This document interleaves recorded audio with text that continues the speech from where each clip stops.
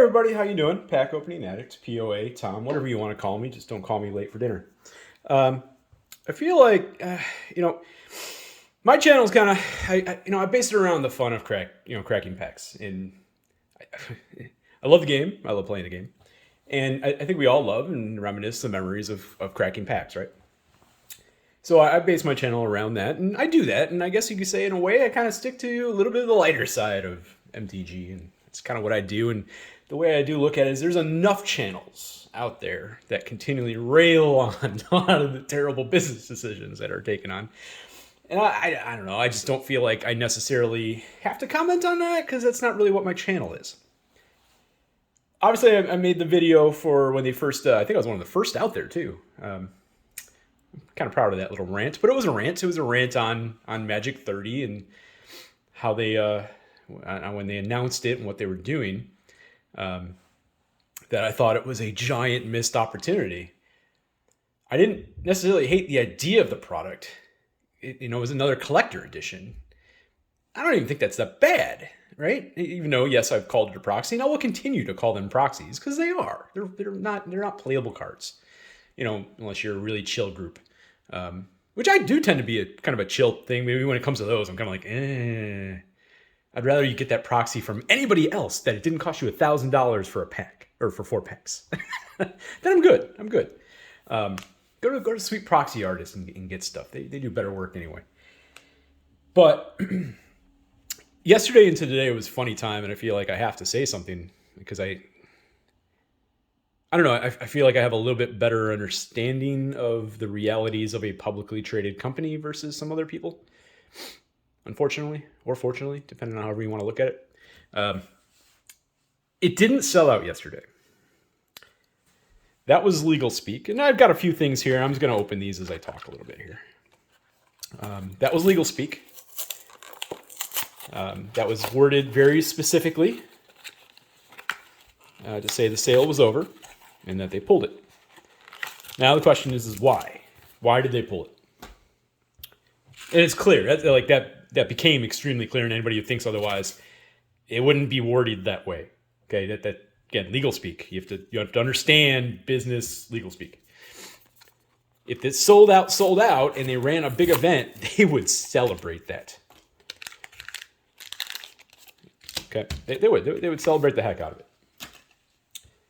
it. So they didn't do that. They sold. I know I was on, and I know there were some other channels I was kind of working at the time, so I wasn't on Jake and Joel's stream at the moment. That sometimes I'll hop on, but I know they were trying to do the same. I was on, and I even put them in my cart, and I had zero intention on buying them, which led to some jokes in my Discord. But I do not want them in any way, shape, or form. I do not want to open them on the channel. I want nothing to do with that product. I made a joke to some of the patrons that, if WotC went to me and said, hey, POA, we want you to open this product, will you do that? I would have said yes with a large caveat. Would have been, I can talk as much trash as I want.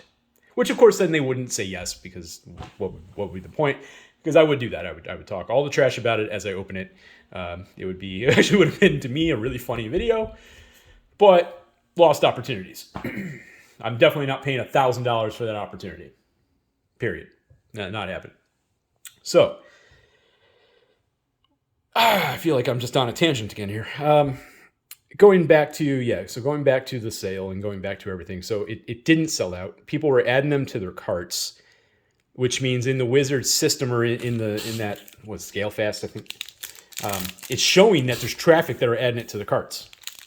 It is actively displaying that on their system that people are shopping for that product, but then the stuff sat in carts in the most hilarious way.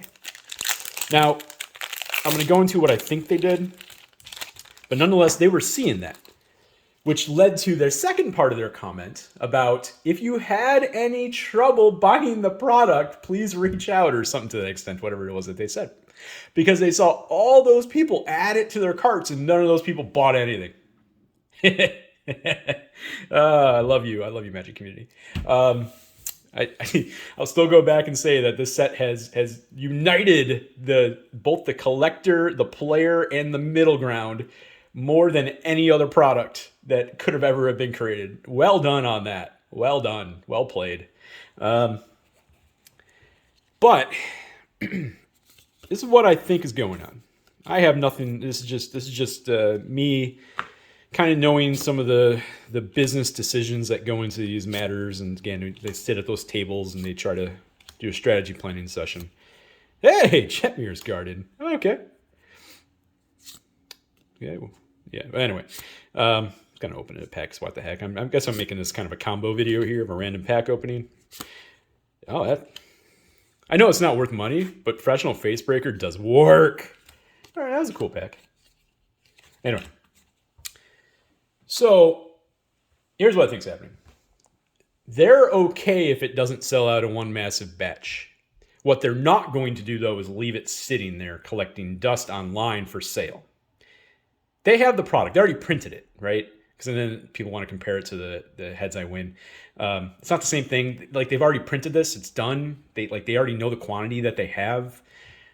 The heads I win, tails I lose deck was printed to demand or whatever was sold. And I have a feeling that they had a little print problem. And then they had to wait for the next available opening, which was a while because they have so much stuff coming out. I think that's what happened. Not that they'll say that because, again, publicly traded company, they're going to admit that they screwed up. It just isn't going to happen. It sucks. People are finally getting them. That's awesome. Anyway. So they're not going to leave it sit online. And what I kind of think is happening in a way. Again, I have nothing to base this on. Just thinking about how you would play your earnings reports. They're not going to release them all at one time at this point. There's no point. It's not going to sell out. And then if they just leave it sit there waiting for sales, it's just going to become more of a laughing joke. So they're not going to do that. So this morning I wake up, and just for the hell of it, I head on over to Wizards. And sure enough, they've got more for sale.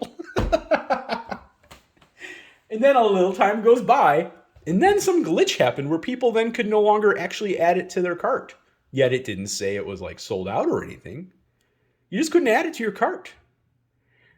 So I think here's the strategy. They're just going to release a little bit randomly as we go, and then people will buy them.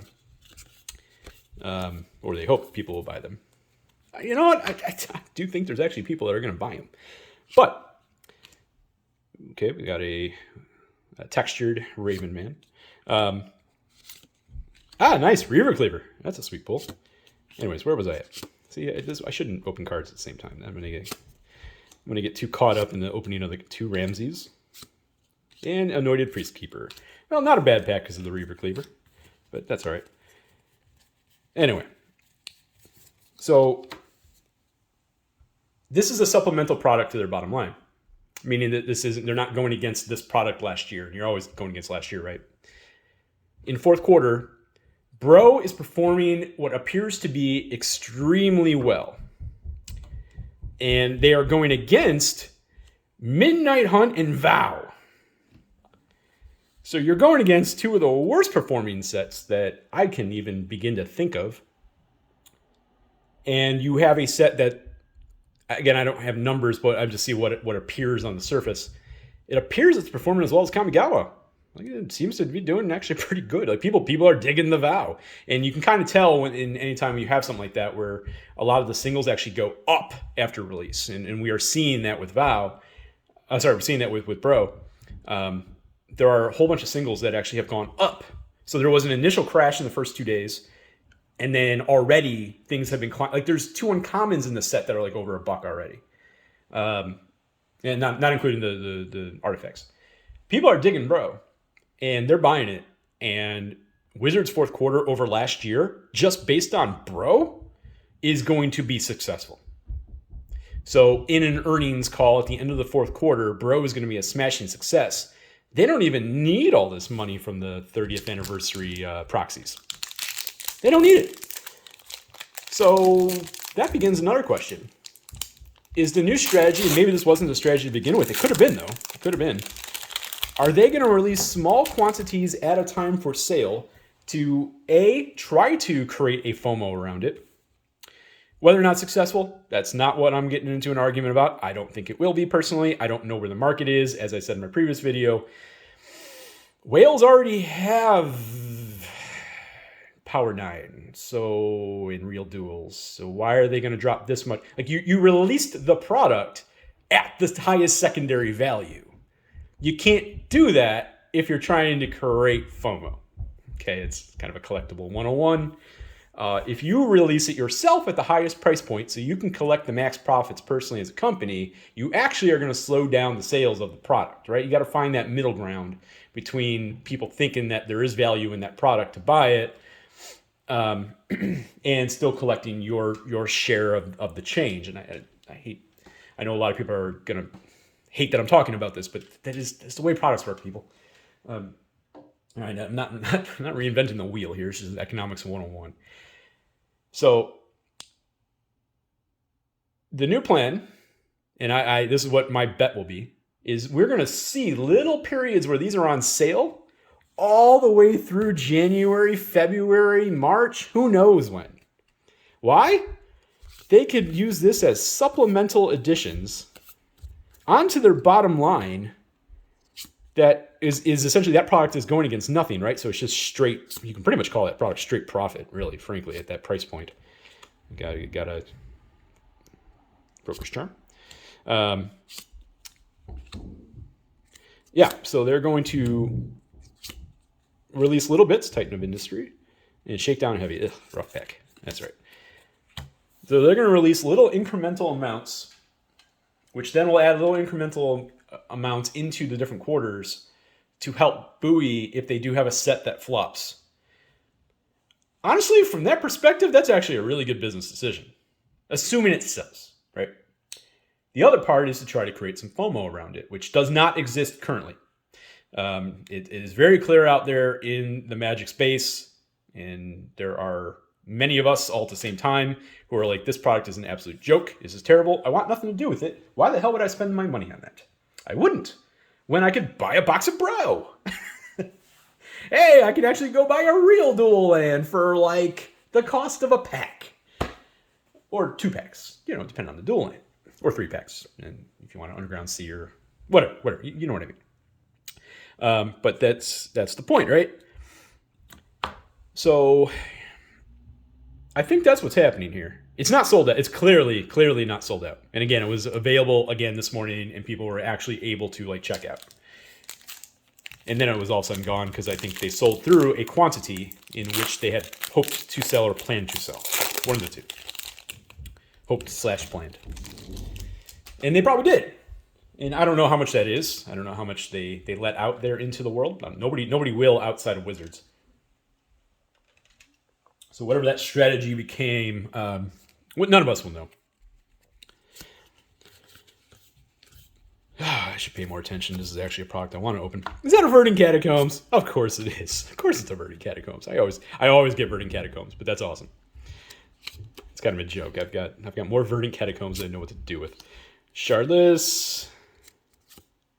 Nested Shambler. It's actually kind of cool. Step Through. Garth One Eye. No. I have more Garth One Eyes than I know what to do with. And a Gaia's Whale. Okay. Not the worst thing in the world because of a Verdant Catacombs, but that's all right. It's not the greatest opening, but that's cool. Yeah, so let me know what your thoughts are below, right? Look, I hate the product. I said this. I don't plan on buying it. I don't want it, frankly. They would have to drop it down. God, what would I pay for that? Because you know the odds, right? Like the odds are so bad. They're hilariously bad. I can't see myself paying more than $25 a pack personally. Like when I really, if you were to say to me, POA, I want to sell it to you. What would you pay? I don't think I'd pay more than $25 a pack. Because you're still buying proxies. Right? You're buying Wizards printed proxies, which can theoretically have a market, but not at $1,000 for 4 packs or $250 a pack. It does not have that value, right? Which does lead me into a little side conversation about that one guy who did the math on what everything should be price-wise, but that whole spreadsheet is not taking into account demand. See, collectibles have to have a demand to have value, otherwise they're worthless. A collectible is only worth what somebody will pay for it. The buyers or the demand dictates the price that something actually goes for, not what somebody wants it to go for. That's not how things work in the world. So then if you want it to go for more, then the demand will pay for it. You're stuck with it until either A, nobody ever wants it, or B, demand finally is ready to pay that. The eBay things have been a joke already. There's barely any up there, so you know they're not buying it. And anybody in any channel that's like, they sold out, and everybody's like, they sold out. No, they didn't. No, they freaking didn't. People would have them up, and they don't have them up. No, they didn't. No, they didn't. There's hardly any listings, okay? TCG Player, none of them. A TCG Player I kind of understand because there's a time period you have to ship in, so there shouldn't be any on TCG Player unless they got it. Unless they had the VIP pass for Magic 30. But there's like nothing on eBay. And it's been years since I've sold on eBay, so I don't know what their rules currently are for such things, but on like a pre-sale price as it is. But nonetheless, there's like nothing up there. Nobody's bidding on them. Nobody's buying them. Like a couple people bought them, paid way too much, and then now they're available. They were available again this morning. Around the world, they didn't sell out like at all. At all. Like they barely sold any whatsoever. So it's not sold out. I do think we are going to see just incremental additions into the market as we go. Which means either one of two things. All of us will kind of just forget about it and move on and stop caring. Which might happen, actually. I can see that happening. Like it just becomes available again in late January. We're all like, oh, whatever. We don't care. We're not buying it. And then a few people out there will buy it because then they'll have $1,000 sitting there and they'll be like, you know what, that'll be a cool thing to buy for me to spend my money on, and I can afford it, right? So they might do it, right? But it's actually not the worst play that they're choosing at this stage with the public outrage over it. I'll admit, from a marketing perspective, that's actually a pretty good play. It's a better play. Not that the product's been made, right? What's happened now has happened in regards to how incredibly stupid I think it all is. It's the right play at this moment in time for them to do it this way instead of fueling the fires as this keeps becoming a bigger story and it's getting out there well outside of the Magic the Gathering community, which has been funny.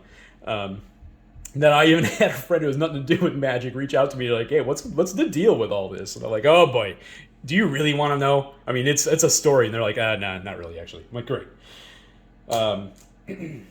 Yeah, so that's my thoughts on the current landscape that we live in with Magic 30. And I'm kind of glad everybody likes Bro. I'm just gonna focus on, again, what do I do on my channel? I try to focus on the fun. And Bro's fun. Bro's a lot of fun, actually. Bro's a great set. Whoever in Wizards was part of that whole thing and was able to make a really good set, you should have those people make more decisions. But that that unfortunately ends in the final thought, is that I don't think a lot of people in the community understand this. Not everything's up to Wizards. When you're part of a conglomerate, you are asked to do certain things, and then you have a choice. And it's either to do those things, or they'll find somebody else that will do it. And there's a lot of people at Wizards that actually do care about the game. And I know a lot of them are getting a lot of hate right now. And well, you do work for the company, so there's that. I'll kind of go back to Blake Rasmussen and his little live stream he did, and he actually tried to answer some of those questions the best that he actually probably could, all things considered. And then he had a look on his face. And you can tell a lot by the look on people's faces if you really get good at studying facial expressions. He's not happy about it. He doesn't love it. He doesn't love what's going on, but he knows he has to. We all want to get at Mark Rosewater. I think if Mark Rosewater had his way, there would be like a full-on reserve list and stuff would never be touched, and he understands the collectible side of the game. I honestly believe that. I don't think, but at the same time, he wants to keep his job. Like, he wants to work at Wizards. He's been at Wizards of the Coast forever. So he doesn't want to lose his job. But if Hasbro thinks he's not going to do his job, they're going to replace him. It's pretty much that simple. Because in the end, as with any publicly traded company, all that really matters is how they look at the end of the quarter and the end of the fiscal year. And with Wizards, unfortunately, being the number one profit driver for a company that is actually struggling as a whole, they're having the weight of the world put on them to generate profit. And that's a hard spot to be in. Because how do you keep milking more without destroying it? But that's what's happening. They're trying to figure out how to get more out of the player base. Because they've tried expanding the player base, right? But let's be honest. It's not the easiest thing to do when your game's already a certain size and it's already massive. So at this point, it's kind of like incremental. I do think that's a lot of where obviously that's where the Universes Beyond really comes into play. Is it's an attempt to try to get some outside influences, and it's kind of why I don't have a problem with the Universes Beyond. I know some people do, but you're making a play, right? You're making a play to try to bring in some outside players. You're trying to bring in some more player base. Whether or not it succeeds, that's a whole nother thing, right? In the end, as frankly with all belief systems, you create something, you create a plan around it, you follow through, you see if it works. If not, you adjust the plan. So they're doing that. Is it working? Is it not working? I don't know. I think personally, like for me, Transformer cards were kind of sweet. Not that I would actually pay money for them. So like they're throw-ins, and immediately to me there was like too many of them. I guess like they're just way too common. It became just like, oh, okay, yeah, it's another Transformer card. Oh, another Transformer card. I don't know if that's good or bad. I don't know. I'm not gonna sweat that detail. But you already have a game that's so big. Growing it more to get more profits, unfortunately, is major uphill climb. So you make more products. So you try to get people to spend more money on more things. Like that's really like two paths to take for growth. This path is struggling because they're also trying to do it in a time where the economy is struggling, inflation's out of control, people are struggling. Not everybody is though, but a lot of people are struggling, and you're trying to force more into people in a game where people have kind of proven like they kind of want to buy a little bit of everything. Like the people don't feel like they can be part of Magic, and this goes back to Blake's comment about just buy the thing that interests you, or however the hell he put it. Magic the Gathering people want a little bit of all the product, because that is how they work, and that's how they've worked forever. And the fact that Wizards really kind of doesn't understand that, or they think that people are going to be able to not FOMO when you're trying to create FOMO, doesn't work. You guys have to look at the big picture. You have to look at the realities of the customer interaction with your product. And if you had made Magic 30 a realistic price, frankly, people would have been they would have gone nuts for you. And I commented on that pretty heavily in my first video, even before the market went nuts and like tore it to the ground. My comment was literally, that's going to happen, because you have put people in a position that they cannot buy it, nor do they see value in buying it. And the second that you've done that, now you're creating outrage. The players are mad because it's super expensive. The collectors are mad because, frankly, at that price point, there's no value. Right? So you kind of you missed on both perspectives. Had that been, I think I saw somebody they should have did it by the box and at a price of a master set. Let me know your thoughts on that, actually. Comment below. Would this product have interested you if it was let's just take $300 as a price point. If you got 24 packs at $300, would Magic 30 have interested you? Because that's still a really high price point for a box of cards, and a really high price point for a box of cards that are not legal. Right? It's not the real thing. Could it have been a fun experience? Absolutely. And would that have driven to at least then had a fun experience? I don't know. Let me know your thoughts on that. I'm going to end the video. We're at 25 minutes. This is a lot of time for me to sit here talking. But I felt like I need to say something.